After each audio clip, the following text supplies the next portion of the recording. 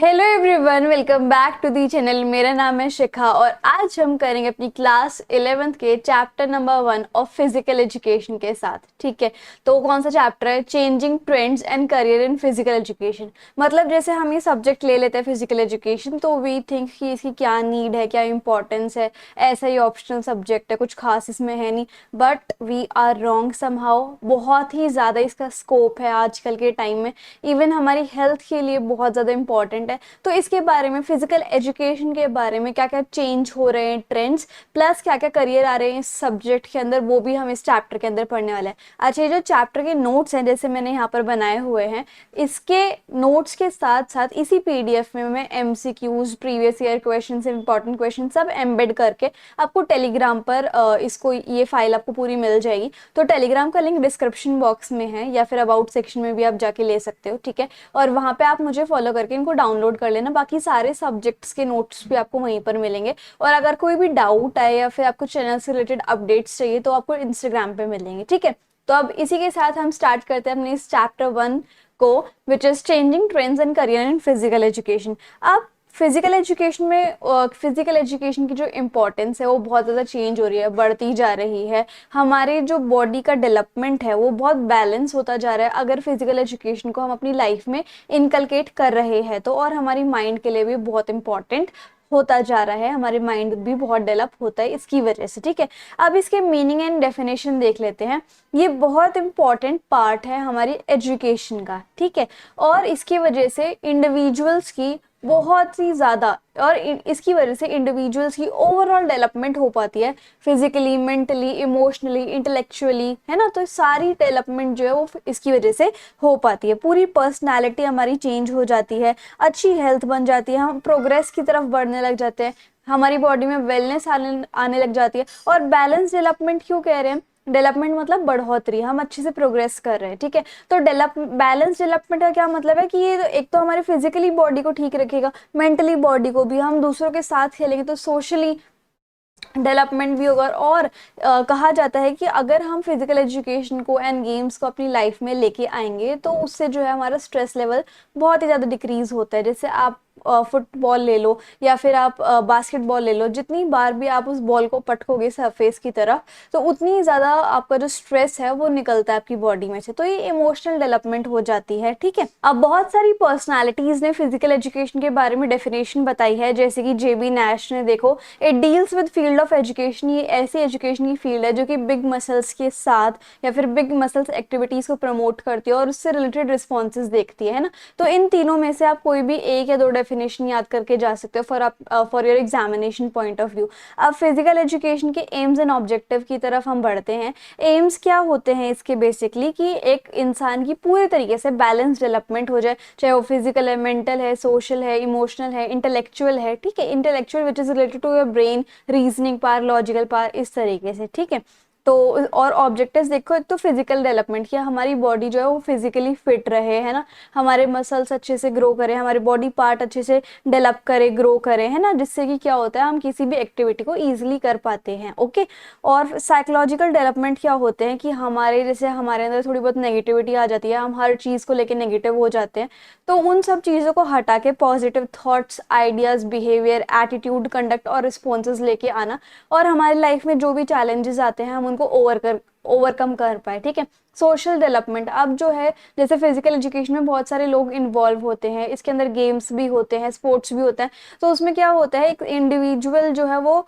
बहुत सारे लोगों के साथ कनेक्ट होता है, तो उसकी सोशल डेवलपमेंट भी आती है और उसके अंदर कुछ ऐसी लाइक क्वालिटीज भी आती हैं जैसे friendship, honesty, sincerity, tolerance, adjustment and leadership, है ना।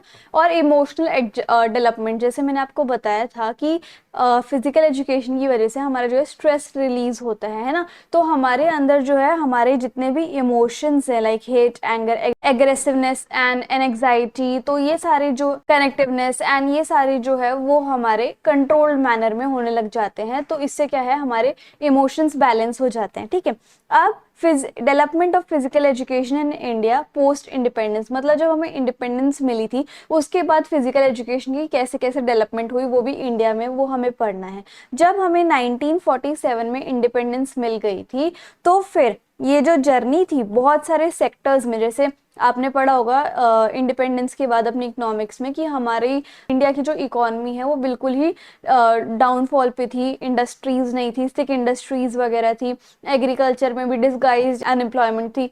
तो लाइक इकोनॉमी में तो थी इतनी ज़्यादा डिसबैलेंस, वैसे ही बहुत सारे सेक्टर्स में भी डिसबैलेंस थी।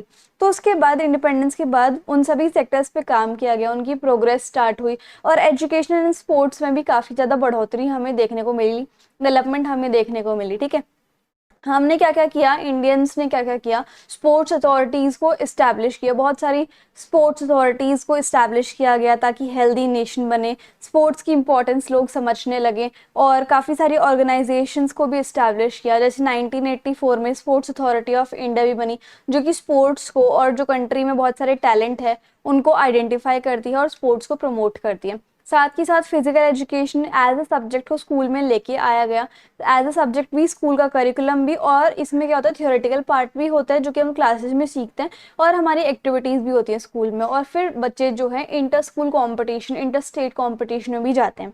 National and international sporting events, school level से ही स्पोर्ट्स की बेसिकली स्टार्टिंग होती है।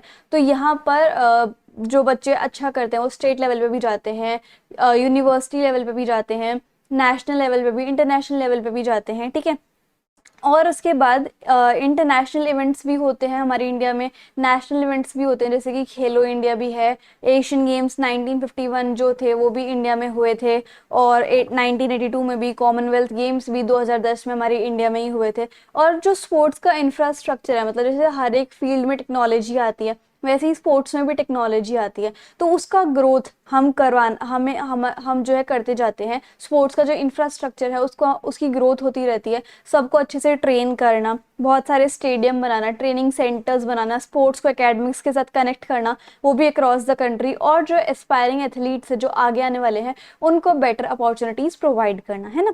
रिकॉग्निशन ऑफ इंडिजिनस स्पोर्ट्स, अब यहाँ पर जो इंडिजिनस स्पोर्ट्स है, जो हमारे ट्रेडिशनल स्पोर्ट्स हैं और जो गेम्स हैं, जैसे खो खो हो गया, कबड्डी हो गया और मार्शल आर्ट्स हो गए, उनकी जो वैल्यू है वो धीरे धीरे कम होती जा रही थी, तो उनको हमें दोबारा से रिवाइव करना वो भी हमारा एक ऑब्जेक्टिव था बेसिकली। ठीक है, और इंटरनेशनल स्पोर्टिंग इवेंट्स में सक्सेस पाना, जैसे जितने भी इंटरनेशनल स्पोर्टिंग इवेंट्स होते हैं वहाँ पर इंडिया काफ़ी अच्छा परफॉर्म करती है, चाहे वो क्रिकेट हो, बैडमिंटन हो, बॉक्सिंग हो, शूटिंग हो, रेसलिंग हो, तो वहाँ पर सब में इंडिया अच्छा परफॉर्म करती है। और इससे जो है यंगर जनरेशन भी इंस्पायर होती है कि हम जो है करियर अपना स्पोर्ट्स में ही बनाए। ठीक है, अब ये देखो स्पोर्ट्स के अंदर ना काफ़ी सारे ट्रेंड्स जो हैं वो चेंज हो रहे हैं।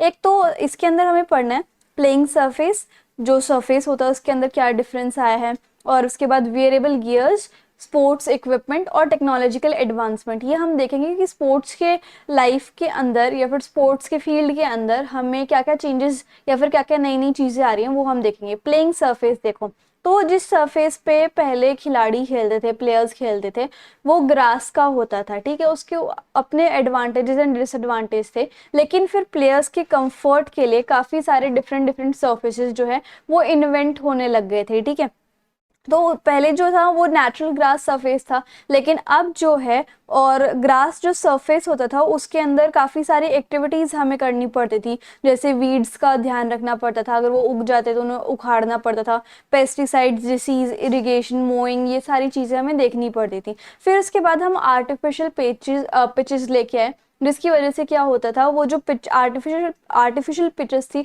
उससे एक तो ड्यूरेबिलिटी बढ़ती थी, मतलब काफ़ी लंबे समय तक वो पिचेस चल जाती थी, और प्लेइंग सरफेस जो था वो वर्सटाइल हो गया, प्लेयर्स को बहुत कंफर्टेबल फील होने लग गया, उनकी ग्रिप अच्छी बनने लगी, फ्रिक्शन अच्छा होने लग गया उस आर्टिफिशियल ग्रास की वजह से। ठीक है, लेकिन इसके भी कुछ डिसएडवांटेज है, जैसे कि इसकी लिमिटेड लाइफ होती है, इसको टाइम टाइम पर क्लीन करना पड़ता है, पेट्रोल का यूज़ करना पड़ता है, टॉक्सिक केमिकल इसके अंदर इनफिल करने पड़ते हैं, और चिल्ड्रन के लिए हमें कुछ हेल्थ एंड सेफ्टी मेजर्स भी करने पड़ते हैं, है ना।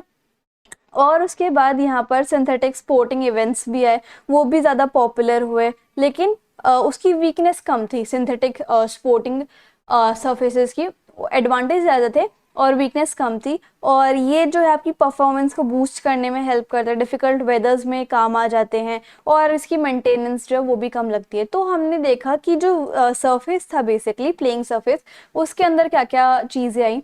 पहले था टफ्ट जो ग्रास वाला सरफेस था, ठीक है। उसके बाद क्या आने लग गया, फिर हमारी आर्टिफिशियल पिचेस आने लग गई। उसके बाद क्या आने लग गया, सिंथेटिक स्पोर्टिंग सरफेस आने लग गए। अब wearable gears and sports equipment, जैसे आप वॉच ही देख लो, पहले कैसी वॉच हुआ करती हाथ में पहनने वाली, अब जो डिजिटल वॉचेस आ चुके हैं, तो वॉचेस में भी टेक्नोलॉजी बदल रही है ना। लेकिन अब वैसे ही स्पोर्ट्स के इक्विपमेंट में भी चेंजेस होते हैं, जैसे कि चिप्स आ गई हैं काफ़ी ज़्यादा, ठीक है। हेलमेट्स में भी टेक्नोलॉजी आने लग गई हैं। चिप्स जो है जिसको आप इंफ्रा RFID चिप्स बोलते हो, वो जो है जैसे मैराथन होती है तो उन प्लेयर्स की एक्चुअल लोकेशन को ट्रैक करने के लिए वो चिप्स यूज होती हैं, ठीक है। तो टेक्नोलॉजी जो है वो अब सोसाइटी के हर एक पार्ट में आ चुकी है, जैसे bat ball rackets skate wheelchairs में भी टेक्नोलॉजी है। आप शूज देख लो, ग्लव्स देख लो, हेलमेट देख लो, इन सब चीज़ों में टेक्नोलॉजी जो है वो इनकलकेट हो चुकी है। वेरेबल गियर्स में देख लेते हैं, ठीक है। तो पहले क्या होता था कि जैसे अगर कोई भी आउट हो जाता था, क्रिकेट में ही लगा लो, तो हम अच्छे से जजमेंट कभी कभी नहीं, सिचुएशन ऐसी हो जाती थी कि हम जजमेंट नहीं दे पाते थे कि आउट है नहीं है, गोल हुआ है नहीं हुआ है, बैट के बॉल टच हुई है नहीं हुई है। लेकिन अब जो है हम ह्यूमन आइज पे डिपेंड नहीं हो सकते। हमारे पास एक ऐसी टेक्नोलॉजी आई है जैसे कि GPS ट्रैकर्स हो गए या फिर RFID चिप्स हो गई, जिसकी वजह से हम देख सकते हैं, इंस्टेंट स्कोर कैलकुलेट कर सकते हैं, इम्पार्शियल चीज़ें देख सकते हैं, क्वांटिफाइबल डाटा देख सकते हैं, मतलब हम अच्छे से ट्रैक कर सकते हैं हर चीज़ को। स्मार्ट वॉचेस भी आ चुकी हैं, जिसकी वजह से जो फिटनेस एंथुजियास्ट हैं, जो स्पोर्ट्स पर्सन है, हम उनके calorie step distance pulse heart rate tracking ये सब चीज़ नोट कर सकते हैं, ठीक है। और क्लोथिंग में भी स्मार्ट क्लोथिंग आ चुकी है, जैसे आजकल सॉक्स ही ऐसे आने लग गई है जो इस तरीके से बनाई जाती हैं जिसका प्रेशर सेंसर होता है, टेक्सटाइल प्रेशर सेंसर होता है, जो कि हील्स कितनी बार स्ट्राइक हो रही हैं, कितनी बार ज़मीन पे लग रही हैं, उसको काउंट कर लेता है, ठीक है। ये सारी एडवांस टेक्नोलॉजीज यहाँ पे आ चुकी हैं। सेंसर फील्ड शर्ट्स भी होती है, स्मार्ट रिंग्स भी होती हैं, लेगिंग्स में भी टेक्नोलॉजी आ चुकी है, मेडिकल टेक्नोलॉजी जिसको आप कहते हो, ठीक है। हेलमेट्स में भी काफ़ी ज़्यादा टेक्नोलॉजी आ चुकी है जो कि रेस कार ड्राइवर्स को हेल्प करती हैं काफ़ी सारी चीज़ों में, है ना। वेरेबल टेक्नोलॉजी जो स्पोर्ट्स में यूज़ होती है वो तो बहुत सारी है, जो कि इसके अंदर एक दो चीज़ों का एग्जाम्पल आपको दिया हुआ है, लाइक स्मार्टफोन्स भी है, स्मार्ट वॉचेस भी हैं, ठीक है। और क्लोथिंग में भी स्मार्ट क्लोथिंग भी है, इस तरीके से। अब स्पोर्ट्स इक्विपमेंट देखो, क्लोथिंग में देखो सबसे पहले, है ना। अब क्लोथिंग में जैसे स्विमिंग जो कॉस्ट्यूम होती थी वो नायलॉन और लाइक्रा की होती थी, वो एकदम फिटिंग की होती थी, लेकिन उससे जो पानी था ना वो कम सोखा जाता था, एब्जॉर्ब कम होता था। अब न्यू सूट्स बनने लग गए हैं जिससे कि एक तो ड्रैग रिड्यूस हो जाता है और परफॉर्मेंस जो है वो इंक्रीज हो जाती है, ठीक है। In other sports new clothing is being design to wick sweat, दूसरे स्पोर्ट्स में नई क्लोथिंग को डिजाइन किया गया है ताकि जो स्वेट है वो एब्जॉर्ब होना कम हो गया है और इवेपोरेशन होना ज्यादा हो गया है, ऐसे टाइप की क्लोथिंग आ रही है। शूज देखो, शूज जो है आजकल बहुत लाइट होने लग गए हैं, फ्लैटर होने लग गए हैं ताकि ग्रिप अच्छी बन जाए और कंफर्ट ज्यादा फील हो प्लेयर्स को, है ना। टेनिस रैकेट्स देखो, पहले वुडन रैकेट यूज होते होते थे, उसके बाद 1960s में मेटल रैकेट यूज होते थे, उसके बाद 1980s में वुडन रैकेट्स जो है वो थोड़ी बहुत डिसएडवांटेज दिखाने लग गए थे, तो उससे भी हल्के, वो मोटे से थे काफ़ी ज़्यादा और उससे हिट करने में ज़्यादा दिक्कत होती थी। लेकिन फिर बाद में ग्रेफाइट रैकेट्स बनने लग गए थे जो कि वुडन रैकेट से बहुत ज़्यादा लाइटर थे और परफॉर्मेंस को इम्प्रूव करते थे। उसके बाद एक आता है प्रोटेक्टिव इक्विपमेंट, हमारी हेलमेट्स में क्लीट्स लगी होती हैं, ये एक नई टेक्नोलॉजी है जिससे कि हम एथलीट्स को इंजरी से बचा सकते हैं। और ये हेलमेट जो हैं वो काफ़ी ज़्यादा, हेलमेट मैन्युफैक्चरर्स जो होते हैं वो हेलमेट के अंदर काफ़ी सारे मटेरियल्स लगा देते हैं जो कि टेक्नोलॉजी से रिलेटेड होते हैं ताकि सेफ और मोर कंफर्टेबल हेलमेट्स बन जाए। उसके बाद टेक्नोलॉजिकल एडवांसमेंट देखो, यहाँ पर अब टेक्नोलॉजी कैसी कैसी आ गई है स्पोर्ट्स के फील्ड में वो देख लेते हैं। एक तो अगर आपको रिप्ले देखना हो किसी भी शॉट का तो आप रिप्ले देख सकते हो, इंस्टेंट रिप्ले, आप स्लो डाउन कर सकते हो, ये देख सकते हो गोल हुआ है या नहीं, बैट के बॉल टच हुई है या नहीं, इस तरीके से आप सारी चीज़ को रिप्ले में देख सकते हो। ये बास्केटबॉल, फुटबॉल, क्रिकेट, रग्बी और सॉकर में यूज़ होता है। देन सेंसर टूल्स, यहाँ पर आपको देखना है कि अगर गोल वैलिड है या नहीं, तो सेंसर टूल उस केस में काम आ जाते हैं। जहाँ पर हमारी आईज जो है वो ट्रूली बता नहीं पाती कि हुआ है या नहीं हुआ है, तो कोई ऑफेंस ना हो, इसलिए फिर सेंसर टूल्स का यूज किया जाता है। ठीक है, अब जैसे अगर आप क्रिकेट का सेंसर टूल देखोगे तो उसका नाम क्या होता है, क्रिकेट हॉक आई टेक्नोलॉजी, जो कि ये बताती है कि बॉल जो है बैट से स्मैश हुई या नहीं कैच करने से पहले। ठीक है, दूसरा टाइमिंग सिस्टम, स्टॉप वॉच को रिप्लेस करके अब बहुत एक्यूरेट टाइमिंग्स वाली वॉच आ चुकी है जिसके थ्रू हम टाइमिंग सिस्टम को नोट कर सकते हैं। उसके बाद होता है RFID चिप्स, जिसका फुल फॉर्म है रेडियो फ्रिक्वेंसी आइडेंटिटी चिप्स। ठीक है, और ये टाइनी चिप्स होती हैं या फिर टाइनी डिवाइसेस होते हैं जो कि एंटीनाज में होते हैं। वायरलेस सिग्नल्स, कोई वायरलेस सिग्नल्स के थ्रू ये ट्रैक करते रहते हैं किनको, प्लेयर्स को, जो जैसे कि लॉन्ग डिस्टेंस रेस होती है तो कि कंटेस्टेंट की एक्चुअल लोकेशन क्या है उस टाइम पे। इक्विपमेंट डेवलपमेंट, अब यहाँ पर देखो हेलमेट्स स्मार्ट हेलमेट बन चुके हैं, सेंसर्स आ चुके हैं, टेक आ चुकी है हर चीज में, जिससे कि फोर्स को डिटेक्ट किया जा सकता है और हेड इंजरी से बचने के काफी ज्यादा चांसेस होते हैं। अब फिजिकल एजुकेशन में क्या क्या करियर ऑप्शन है, एक तो ये देखो, सबसे पहले तो यही है कि इसके अंदर आप बैचलर अपनी मास्टर्स डिग्री करके टीचिंग में अपना करियर बना सकते हो। टीचिंग जो है वो यूनिवर्सिटी लेवल पे भी हो सकती है, स्कूल लेवल पर भी हो सकती है। उसके बाद कोचिंग आप प्रोवाइड कर सकते हो बच्चों को जिनको इसके ट्यूशन की नीड है। ठीक है, दूसरे आप डाइटिशियन बन सकते हो कि अलग अलग गेम्स में, अलग अलग स्पोर्ट्स में जो एथलीट्स होते हैं उनकी क्या डाइट होनी चाहिए वो बन सकते हो। स्पोर्ट्स मेडिसिन फिजिशियन, अब यहाँ पर मेडिसिन के फील्ड में अगर आप जा सकते हो, आप सजेस्ट कर सकते हो कि कौन कौन सी मेडिसिन ज़रूरी है जिससे कि स्पोर्ट्स पर्सन की इंजरी ठीक हो जाए या फिर उनकी बेटर परफॉर्मेंस रहे। ठीक है, स्पोर्ट्स के एडमिनिस्ट्रेशन रिलेटेड करियर्स, जैसे कि आप स्पोर्ट्स के डायरेक्टर बन सकते हो, ऑफिसर बन सकते हो, हेड ऑफ द डिपार्टमेंट बन सकते हो, मैनेजर बन सकते हो, सुपरवाइजर बन सकते हो, एग्जीक्यूटिव डायरेक्टर भी बन सकते हो। और परफॉर्मेंस रिलेटेड करियर जैसे अंपायर वगैरह हो गए, जजेस हो गए, रेफरी हो गए, ये परफॉर्मेंस ट्रैक करते रहते हैं स्पोर्ट्स पर्सन की, तो आप परफॉर्मेंस रिलेटेड करियर में भी अपना स्कोप ढूंढ सकते हो।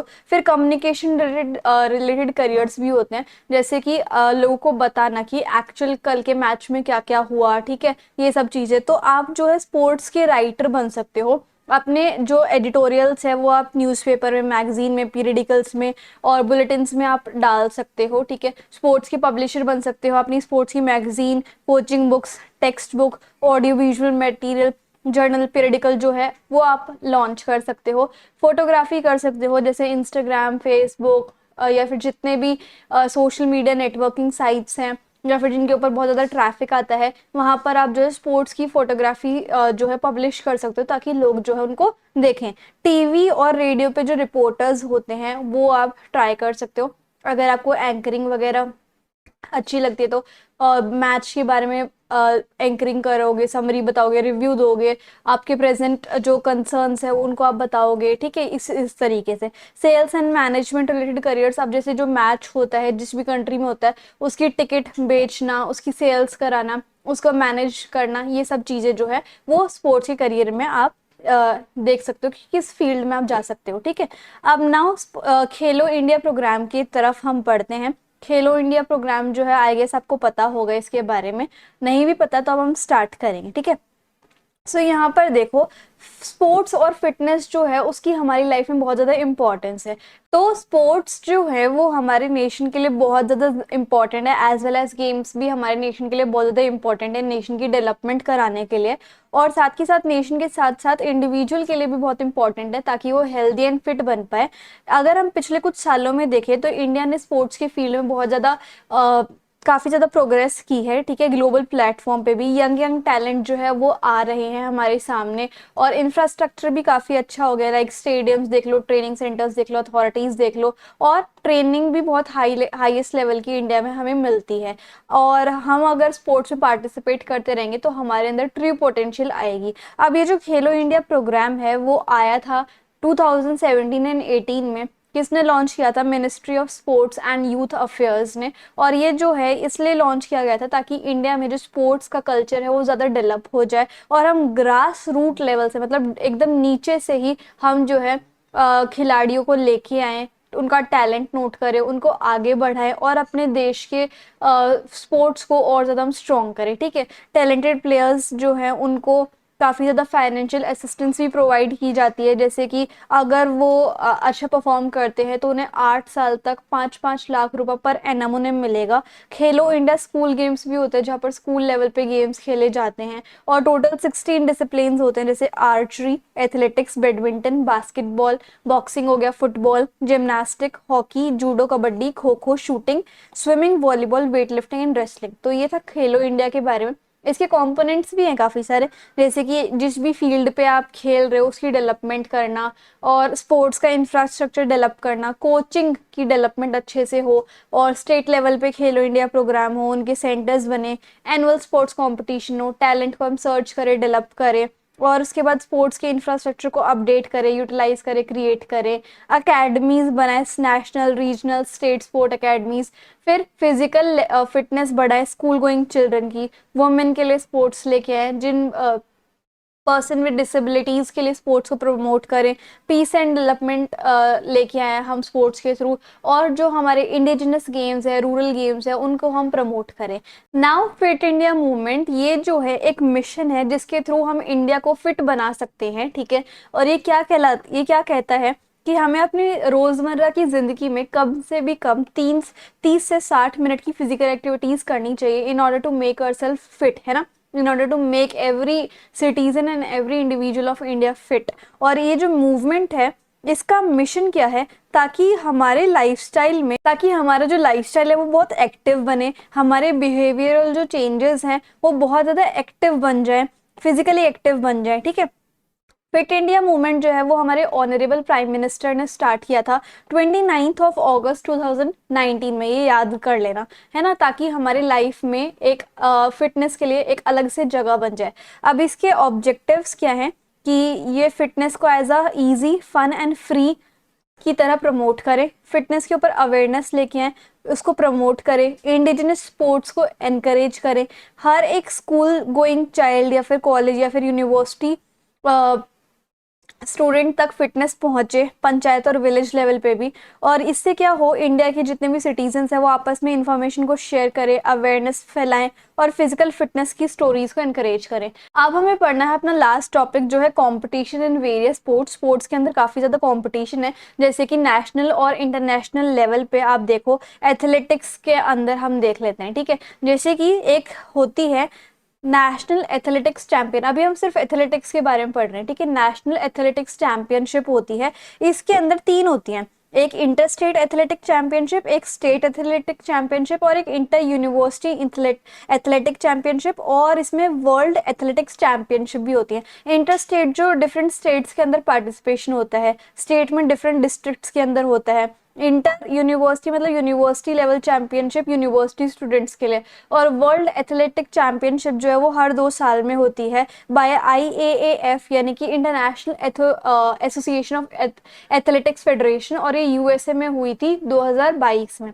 बास्केटबॉल के फील्ड में आते हैं, इसके अंदर कौन कौन से कंपटीशन होते हैं, जैसे कि senior, junior, national basketball championship, जो कि कौन कंडक्ट कराता है, BFI, basket federation of India, basketball federation of India, और इसमें मेन एंड वुमेन दोनों पार्टिसिपेट करते हैं। और इसके अवार्ड्स कौन कौन से होते हैं, European cup, Asian cup, BC Gupta trophy और फेडरेशन कप, ठीक है। बैडमिंटन देखो, ये ऑर्गेनाइज कौन कराती है, बैडमिंटन वर्ल्ड फेडरेशन या फिर बैडमिंटन एसोसिएट्स ऑफ इंडिया। और इसके कौन कौन से कप्स होते हैं, जैसे वर्ल्ड कप, थॉमस कप, और चाइना कप, यूरोपियन कप, ऊपर कप, वर्ल्ड जूनियर चैंपियनशिप, और Olympic games, all India championship, इस तरीके से। क्रिकेट देखो, क्रिकेट को कौन कंडक्ट कराते हैं, क्रिकेट जो है नेशनल एंड इंटरनेशनल लेवल दोनों में कंडक्ट होते हैं, और ICC और BCCI इसको ऑर्गेनाइज करते हैं। इसमें world cup, Asia cup, Ranji trophy, CK Naidu trophy, Duleep trophy, Irani trophy, ये सब आते हैं। फुटबॉल देखो, ये AIFF और FIFA जो है वो कंडक्ट कराते हैं, world cup, European cup, Subroto cup, federation cup, Santosh trophy, I league वाली ट्रॉफी, ये सब इसके अंदर मिलती हैं। हॉकी में आते हैं, हॉकी जो है FIH यानी कि इंटरनेशनल हॉकी फेडरेशन, इसमें FIH नहीं HIHF आएगा, ठीक है। और उसके बाद इंडियन हॉकी फेडरेशन IHF ये आती हैं, ओके। उसमें आगा खान ट्रॉफी और champions trophy, Bombay gold cup और वर्ल्ड कप, ऐसी सी ट्रॉफीज आती हैं। स्विमिंग में देखो ये इंटरनेशनल स्विमिंग फेडरेशन या फिर स्विमिंग फेडरेशन ऑफ इंडिया ये कंडक्ट कराती है एवरी ईयर। और इसके कुछ ट्रॉफीज का क्या नाम है, world swimming championship, national swimming championship, all India inter university swimming championship, ऐसे। लॉन टेनिस पे आते हैं, ये इंटरनेशनल टेनिस एसोसिएशन या फिर ऑल इंडिया टेनिस एसोसिएशन इसकी चैंपियनशिप कंडक्ट कराती है। इसके अंदर Davis cup, Australian cup, US open, ये सारी इसके अंदर अवार्ड्स आते हैं। वॉलीबॉल पे आओ, वॉलीबॉल फेडरेशन ऑफ इंडिया या फिर इंटरनेशनल वॉलीबॉल फेडरेशन इसके टूर्नामेंट्स कराती है। और इसके अंदर federation cup, Asia cup, Olympic volleyball championship, ये सारी इसके अंदर चैंपियनशिप्स होती हैं। एंड इसके अंदर ये सारे अवार्ड्स होते हैं। तो इसी तरह हमारे जो चैप्टर है वो फाइनली खत्म होता है। आई होप आपको समझ में आ गया, थोड़ा सा बोरिंग लगा होगा बट सीखना तो है एट लास्ट हमें, है ना। इंस्टाग्राम पे ज़रूर फॉलो कर लेना, एज वेल एज टेलीग्राम पर ये नोट्स डाउनलोड कर लेने के लिए फॉलो कर लेना। बाकी सारे सब्जेक्ट के नोट्स भी मैं रेगुलर बेसिस पे अपलोड कर सकती हूँ, प्रैक्टिस सेट्स वगैरह भी इसके अंदर होंगे आपके, ठीक है। तो if you like the video and explanation then please you like, share, comment and subscribe the channel. Thank you so much.